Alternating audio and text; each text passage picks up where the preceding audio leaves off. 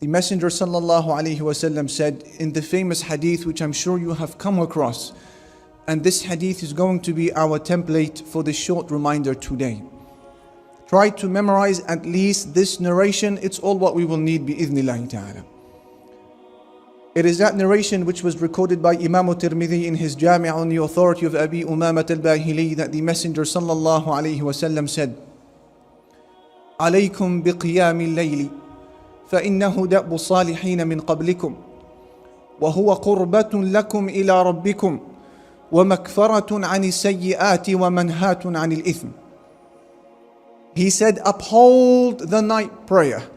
Take care of the night prayer, because, memorize these three phrases now, because it is the way of the righteous people before you. And it is a means of drawing closer to your Lord. And it is a means of erasing sins. And it is a means of guarding you from sins. La ilaha illallah. This one hadith is sufficient on its own to transform our perception towards this act of worship, so that we never ever see it the same way again. And this is an act of worship that the overwhelming majority of Muslims are going to be engaged in, night out, in the form of Salatul Taraweeh, the night prayer. But what is the night prayer? Is it limited to bowing and prostrating in the night? Is it an act of ibadah that is exclusive to the month of Ramadan? No, the hadith that we just heard makes it clear that this is something altogether different. What is Qiyamul Layl? Let us analyze now and examine the hadith that we just heard phrase by phrase. What was the first phrase? Do you remember? فَإِنَّهُ دَأْبُ الصَّالِحِينَ مِنْ قَبْلِكُمْ. It is the way of the righteous people before you. If we speak of the righteous people, then how dare any human being mention any name before the name of our beloved Prophet Muhammad sallallahu alaihi wasallam. Allah subhanahu wa ta'ala says to him in one of the earliest chapters of the Quran given to him, early in the seerah, early in Mecca, chapter 73 of the Quran, Surah Al-Muzzammil. Allah Almighty says to him, قُمِ اللَّيْلَ إِلَّا قَلِيلًا. Get up and pray at night except a small amount of it. نِصْفَهُ أَوْ انْقُصْ مِنْهُ قَلِيلًا. Half of the night pray it, or a little bit less than that. أَوْ زِدْ عَلَيْهِ وَرَتِّلِ الْقُرْآنَ تَرْتِيلًا. Or pray more than that if you wish, and recite the Quran in a measured recitation. The majority of the scholars are of the view that this surah that you just heard, or part of it, Surah Al-Muzzammil, is number 3 or number 4 from the chapters of the Quran given to the Messenger sallallahu alaihi wasallam. Iqra and Surah Al-Qalam, and perhaps Surah Al-Muddathir, and Surah Al-Muzzammil. There is a different arrangement, but the majority of the scholars are of the view Al-Muzzammil is number 3 or number 4 in the arrangement of the Quran. And therefore we can say that the instruction to pray at night given to the Prophet Muhammad ﷺ was one of the very first instructions given to him by Allah Almighty to prepare him for the difficulties ahead of him, to pray at night. And what is even more amazing is that in the Surah Al-Muzammil, Allah subhanahu wa ta'ala describes the night prayer of the Prophet ﷺ. What does he say? إن ربك يعلم أنك تقوم أدنى من ثلثي الليل ونصفه وثلثه وطائفة من الذين معك. Allah Almighty knows, O Messenger sallallahu alaihi wasallam, that you are spending little less than 2/3 of the night in prayer, or half of the night, or 1/3 of the night in prayer, and a group of believers with you. Imagine. The Messenger ﷺ is praying almost 2/3 of the night in Qiyamul Layl at a time when he only had 3 or 4 surahs of the Quran. Al-Muzzammil being the 3rd or 4th. So what was he doing for 2/3 of the night? What Quran could he have been reciting? There was no Surah Al-Baqarah and Ali Imran and Nisa and Ma'idah and Am. These long surahs, they went around at the time. What was he doing for 2/3 of the night, alayhi salatu wasalam, if all what we had was Surah Al-Muzzammil as being number 3 or number 4? Was he repeating the same surahs over and over again? Was he engaged in dua and dhikr and istighfar?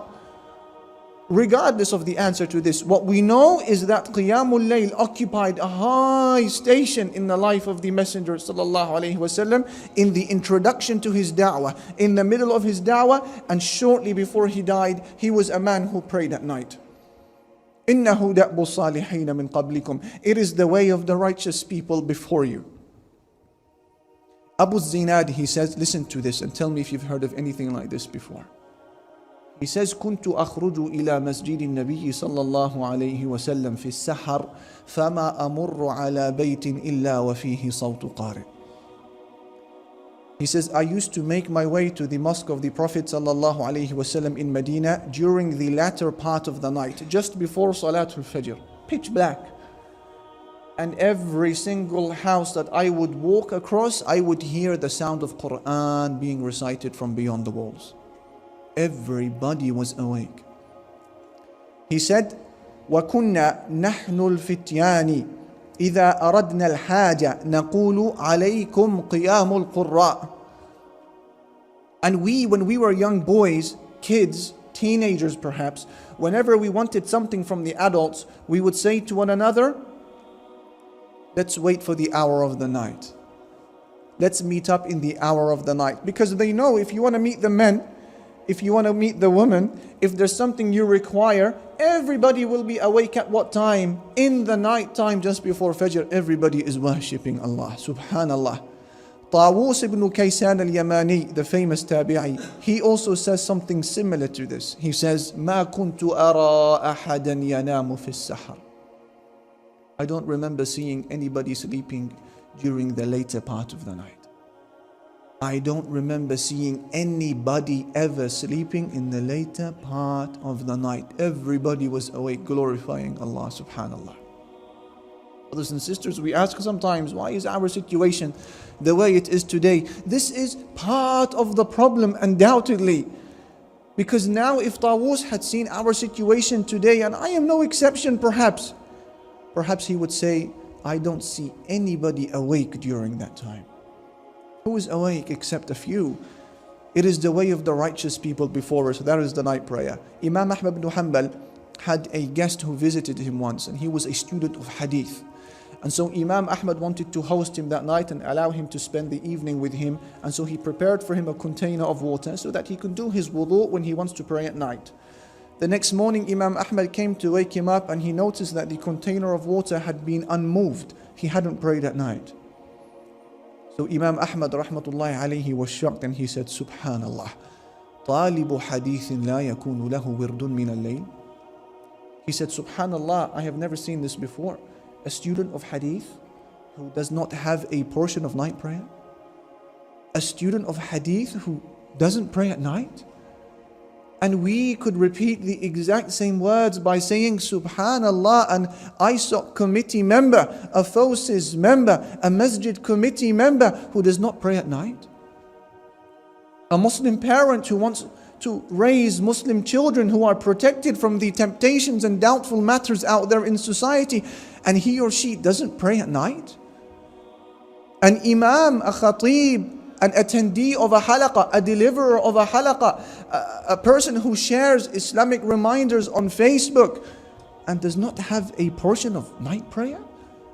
Somebody who believes that the squeeze of the grave is real and believes that he shall see the face of the angel of death and believes on the day of judgment that will be 50,000 years long and does not have prayer at night. How can that be? So this is phrase number 1 from the hadith. Do you remember it? إِنَّهُ دَأْبُ الصَّالِحِينَ مِنْ